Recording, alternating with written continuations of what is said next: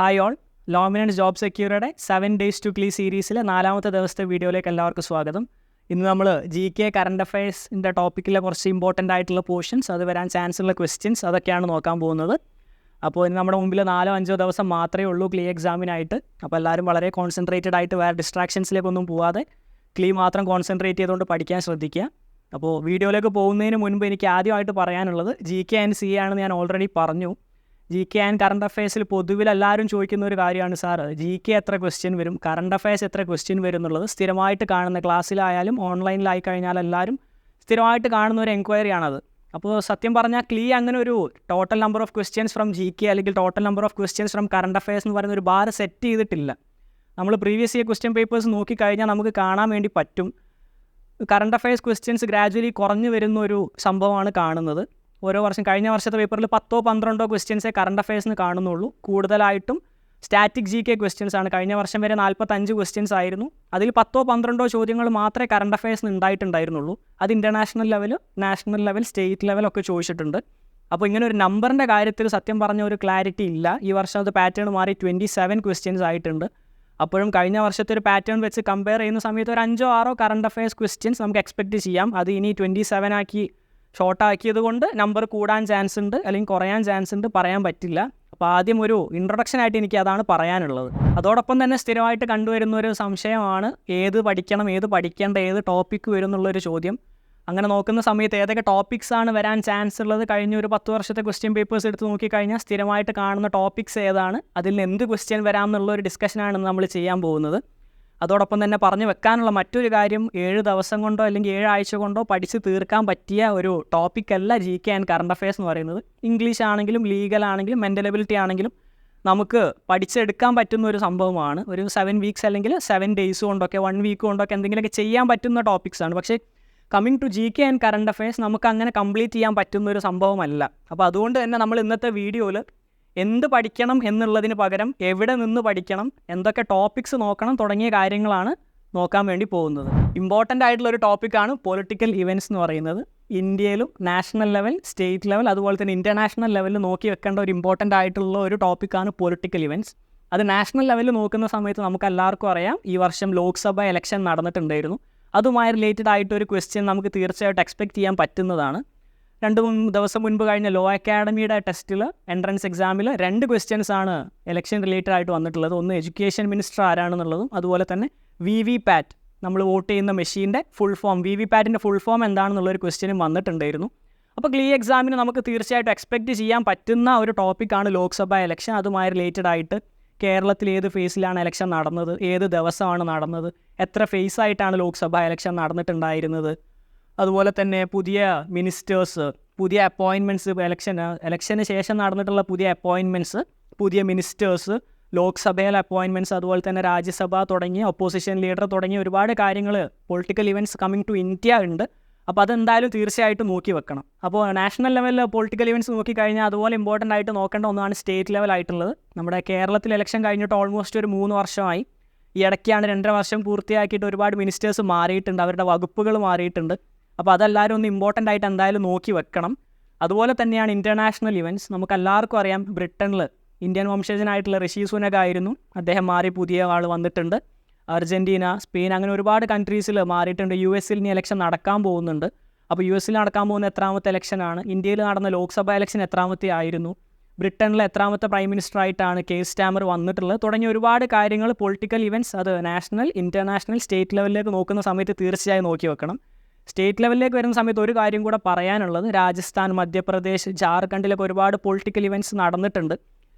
CM ആയിരുന്ന ആളെ arrest ചെയ്യുന്നു മണി ലോണ്ടറിങ് കേസിൽ, പകരം വേറെ ആൾ വരുന്നു, വീണ്ടും അദ്ദേഹം തന്നെ ഓത്തെടുക്കുന്നു, അങ്ങനെ തുടങ്ങിയ ഒരുപാട് പൊളിറ്റിക്കൽ ഇവൻറ്റ്സ് നടന്നിട്ടുണ്ട് നാഷണൽ ലെവൽ, അതുപോലെ തന്നെ മറ്റ് സംസ്ഥാനങ്ങളിലുമായിട്ട്. തീർച്ചയായിട്ടും ഇമ്പോർട്ടൻ്റ് ആയിട്ടുള്ള ഒരു ടോപ്പിക് തന്നെയാണ് പൊളിറ്റിക്കൽ ഇവൻറ്റ്സ്. അതെന്തായാലും മറക്കാതെ നോക്കി വെക്കണം. അടുത്തൊരു ഇമ്പോർട്ടൻ്റ് ആയിട്ടുള്ള ടോപ്പിക്കാണ് ആർട്ട് ആൻഡ് കൾച്ചർ. ഇത് ഇമ്പോർട്ടൻ്റ് ആണെന്ന് പറയാനുള്ള മെയിൻ കാരണം 2023 പേപ്പറിൽ കണ്ടുവന്നിട്ടുള്ള ചോദ്യങ്ങളുണ്ട്.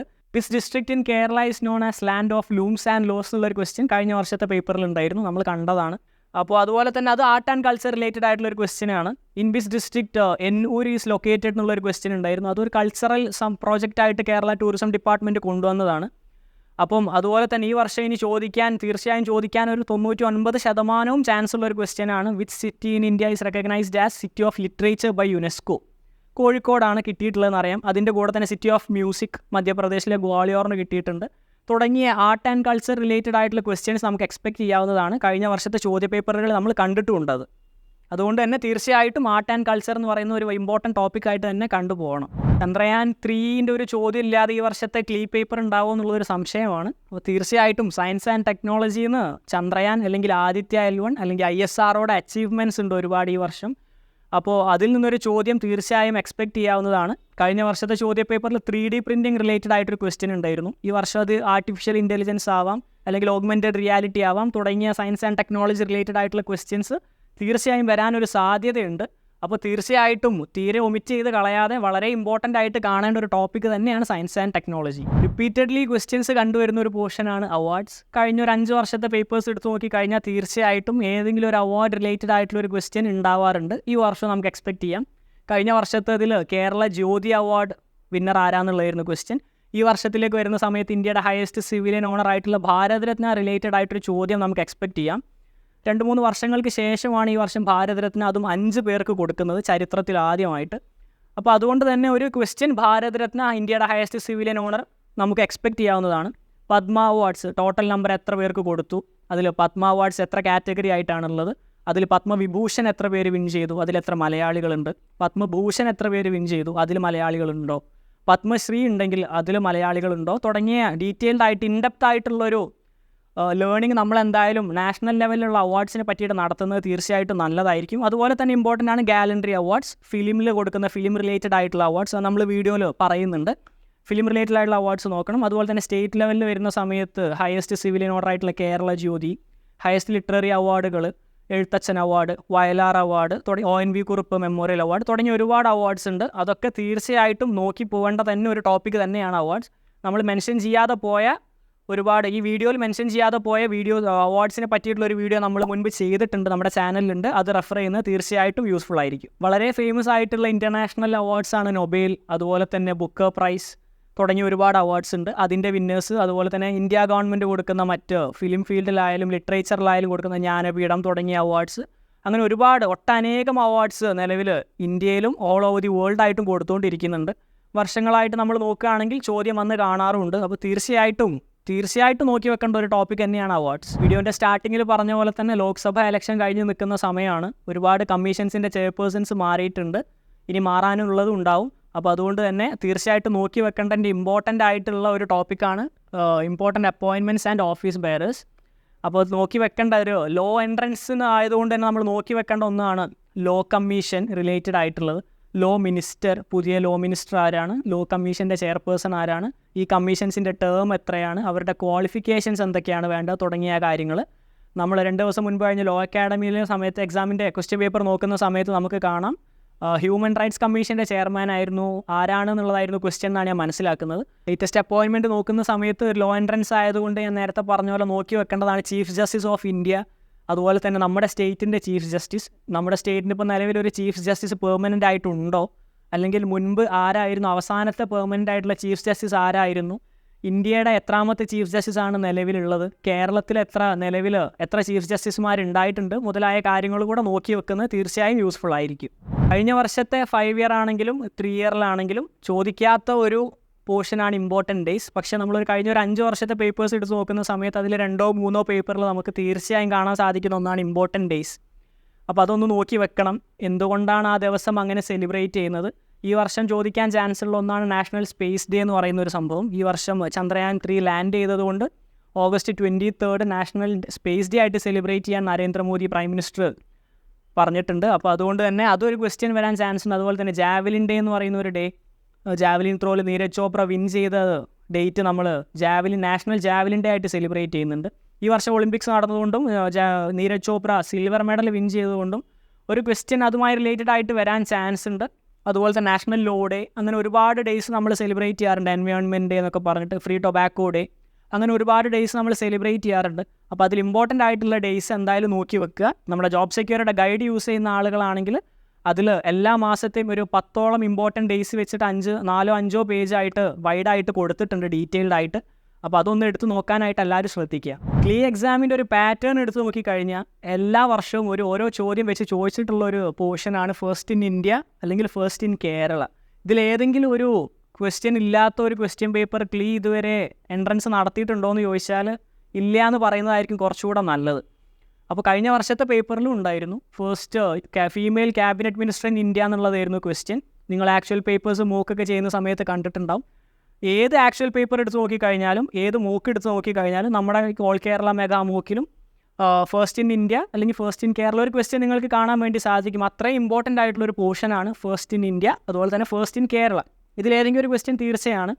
അപ്പോൾ കറണ്ട് അഫയേഴ്സ് റിലേറ്റഡ് ആയിട്ടുള്ള ഫസ്റ്റ് ഇൻ ഇന്ത്യ നോക്കുന്ന സമയത്ത് 2023 ഇന്ത്യയിൽ ആദ്യമായിട്ട് സംഭവിച്ച ഒരുപാട് കാര്യങ്ങളുണ്ട്, കേരളത്തിൽ ആദ്യമായിട്ട് സംഭവിച്ച ഒരുപാട് കാര്യങ്ങളുണ്ട്.